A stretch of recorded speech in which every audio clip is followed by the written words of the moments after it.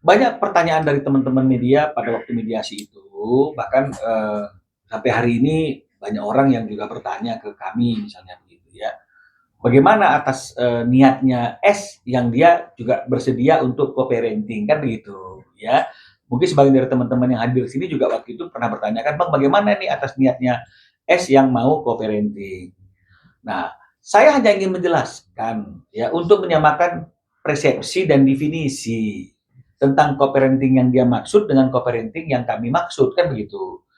Kalau co-parenting yang kami maksud itu adalah ayah dan ibu bekerja sama untuk mengasuh membesarkan anak-anak ini meskipun mereka sudah tidak dalam ikatan perkawinan. Ya, bekerja sama. Nah, jadi kalau memang misalnya co-parenting yang seperti itu ya bagus dong, dan harusnya dari kemarin udah direalisasikan. Bekerja sama untuk mengasuh anak-anak, apapun yang berkaitan dengan anak-anak, diskusinya dengan ayahnya. Apapun yang berkaitan dengan masalah biaya yang diperlukan, perhitungan, apapun akan diskusi dengan ayahnya. Ini kan tidak. Jangankan untuk berdiskusi gitu loh, untuk membagi waktu aja, dia nggak bisa untuk memberikan waktu, susah untuk memberikan waktu. Berarti kan ini co-parenting yang kami maksud dan yang kami maksud sesuai dengan definisi tadi kan berarti kan bukan co-parenting yang dimaksud oleh dia. Jangan-jangan co-parenting yang dia maksud itu sama-sama membesarkan anak, anak dalam kekuasaannya dia, suka-suka hatinya dia, Ruben nggak bisa ketemu, yang penting Ruben kasih duit. Co-parenting juga. Nah, tapi kan bukan co-parenting yang seperti itulah yang kami mau, maka timbullah yang namanya gugatan hak asuh anak hari ini.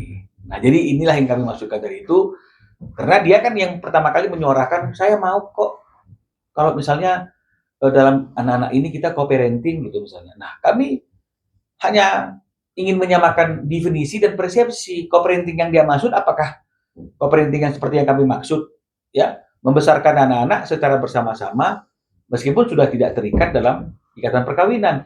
Kalau membesarkan anak secara bersama-sama harusnya ada apa-apa dengan anak-anak yang diajak ngomong ayahnya. Betul ya? Kalau misalnya kemudian ada lomba atau ada graduation ballet yang diajak ayahnya, itu co-parenting. Yang menurut kami definisi yang ideal. Tapi kalau misalnya yang dia maksud co-parentingnya itu seperti apa yang dia laksanakan selama ini, ya kami tentu tidak akan sependapat. Karena co-parenting yang dia maksud, anak dalam kekuasaannya dia, ketemu juga nggak boleh, tapi uangnya diminta terus, misalnya seperti itu. Jadi ini kan nggak akan fair. Nah, jadi itu aja untuk penegasan supaya kalaupun memang misalnya dia tetap ingin co-parenting, co-parenting itu harus dalam persepsi dan definisi yang sama sebagaimana co-parenting yang sebenarnya. Hanya itu Apa saja. saat mediasi sudah disampaikan keinginan Ruben untuk co-parenting yang seperti itu? Pada waktu mediasi kan kami kan diminta keluar oleh mediator, ya. Jadi artinya ini masih belum sampai kepada hal-hal yang apa yang diinginkan oleh masing-masing pihak. Ini masih satu metode atau cara yang dilakukan oleh mediator bagi kedua prinsipal ini untuk mungkin menilai ya atau mungkin untuk mencoba apakah masih ada kemungkinan masalah ini bisa diselesaikan secara damai apa tidak. Saya kira masih dalam proses seperti itu. Makanya saya katakan masih ada PR dari mediatornya yang hanya boleh tahu mereka pada prinsipal. Nanti kita lihat di tanggal 6 itu ketika mereka hadir dalam mediasi itu apakah PR yang diberikan oleh mediator itu sudah mereka laksanakan atau belum?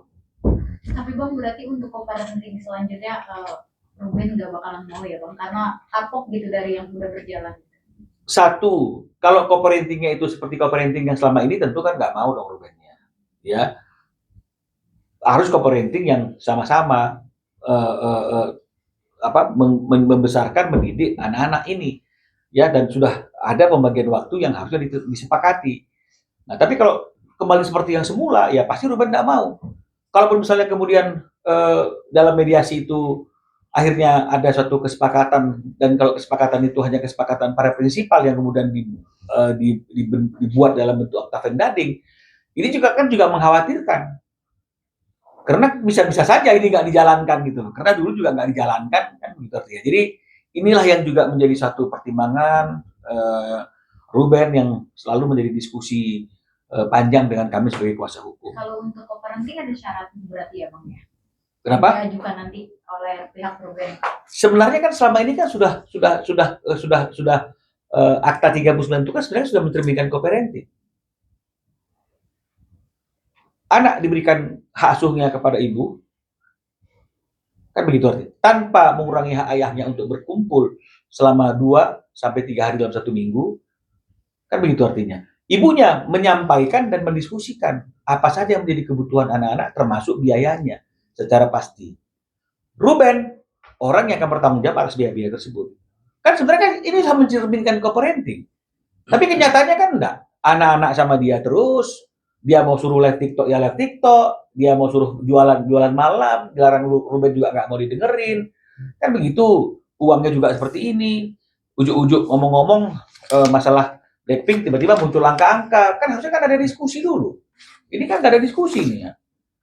Tiba-tiba November belum bayar, kan begitu artinya tuh. Jadi kayak hutang piutang nih. Nah, ini kan benar nih, November belum bayar. Ini perinciannya.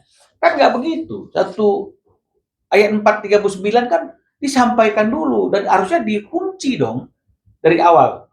Kalau misalnya ini menjadi suatu objek yang kami mintakan atau dimintakan penggugat dalam persidangan, maka itu dikunci. Makanya ada putusan menetapkan uang nafkah dan pendidikan anak sebesar bervariasi. Ada yang 20 juta, ada yang 25 juta, ada yang sekian juta, itu kan fix dia. Ini karena memang tidak menjadi objek dalam gugatan kami, hanya perceraian saja, diaturnya dalam Akta 39. Idenya juga dari dia, notasi juga dari dia, dan nggak ada kuncian angka yang pasti. Nggak jadi persoalan, karena kami menguncinya di kata-kata harus disampaikan terlebih dahulu, wajib ya disampaikan terlebih dahulu, dan didiskusikan. Tapi faktanya kan nggak pernah didiskusikan. Nah, kalau seperti ini kan, Ruben bilang maaf, berarti udah lemah nih Ruben nih kan gitu kan, udah dikomplain lah masalah ini, masalah udah maaf, muncul belum dibayar. Ini kan nggak didiskusikan. Kan bisa nggak dibayar katanya. Loh, nggak segampang itu. Kalau nggak dibayar ya mungkin ya dari kemarin-kemarin udah digoreng-goreng nih sih semuanya kan gitu. Sekarang aja masih beberapa bulan udah menjadi satu isu bahwa dia tidak lagi dinafkahi. Padahal kami menunggu draft nafkah yang fixnya. Mereka tidak mau menyampaikan berapa nafkah fixnya, mereka tidak mau memberikan perinciannya. Sehingga kami tidak bisa melakukan apa-apa, tapi dibilang kami tidak mau menafkahi anak-anak. Orang-orang bilang, itu retorikanya Bang Minola saja sama Ruben. Kan bisa dicoba, dikasih aja berapa. Kita sudah tunjukkan, masih ada jejak digitalnya. Kita sudah pernah kasih 75. Seperti anak 3 pokok yang seperti dia sampaikan. Yang ada, apakah dia bilang terima kasih? Kok cuma 75 juta? Jadi bingung Rubennya mau bayar berapa nih?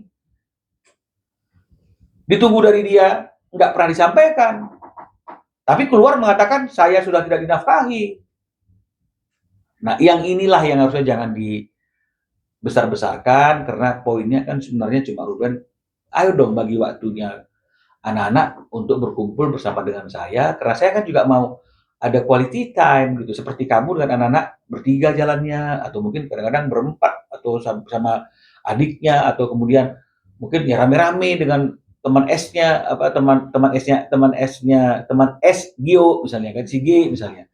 Tapi kan Ruben juga mau dong, dia jalan bertiga dengan anak-anaknya saja gitu. Ini kok nggak pernah kesampaian gitu loh.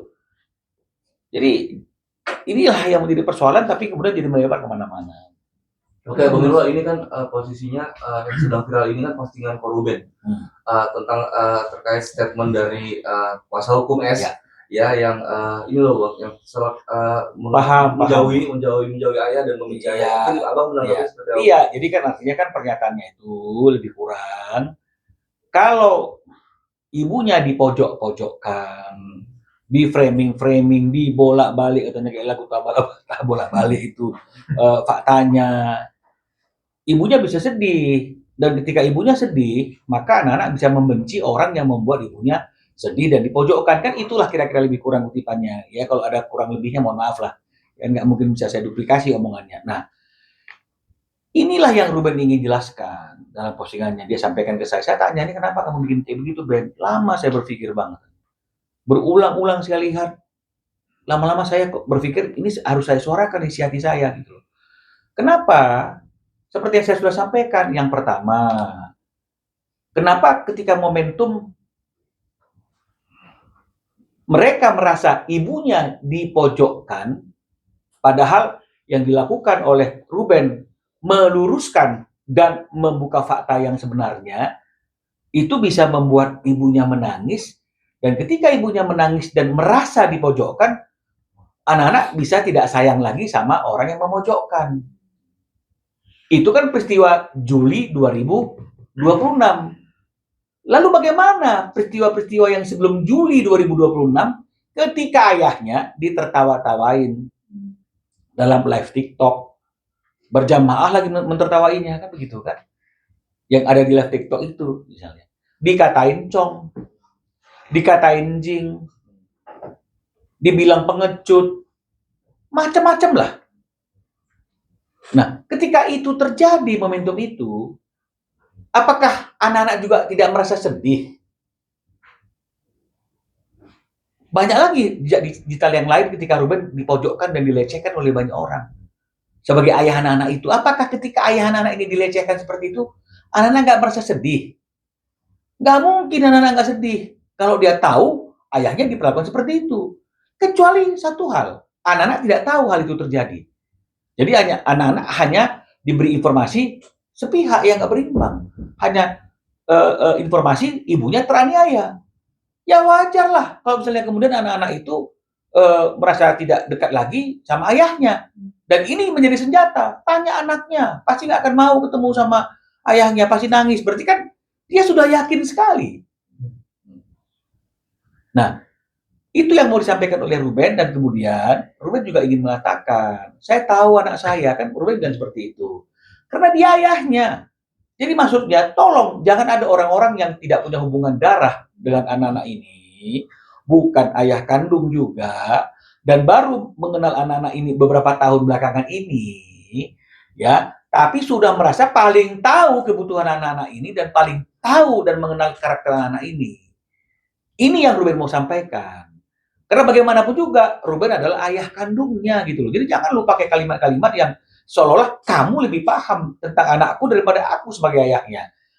Nah, jadi ini yang mau disampaikan oleh Ruben dalam postingannya itu. Karena ya saya juga mungkin agak kesal kalau misalnya ada orang yang mengatakan jangan gitu. Nanti anakmu bisa membenci kamu. Loh, lu kok ikut campur urusan gua dengan anak gue gitu loh misalnya.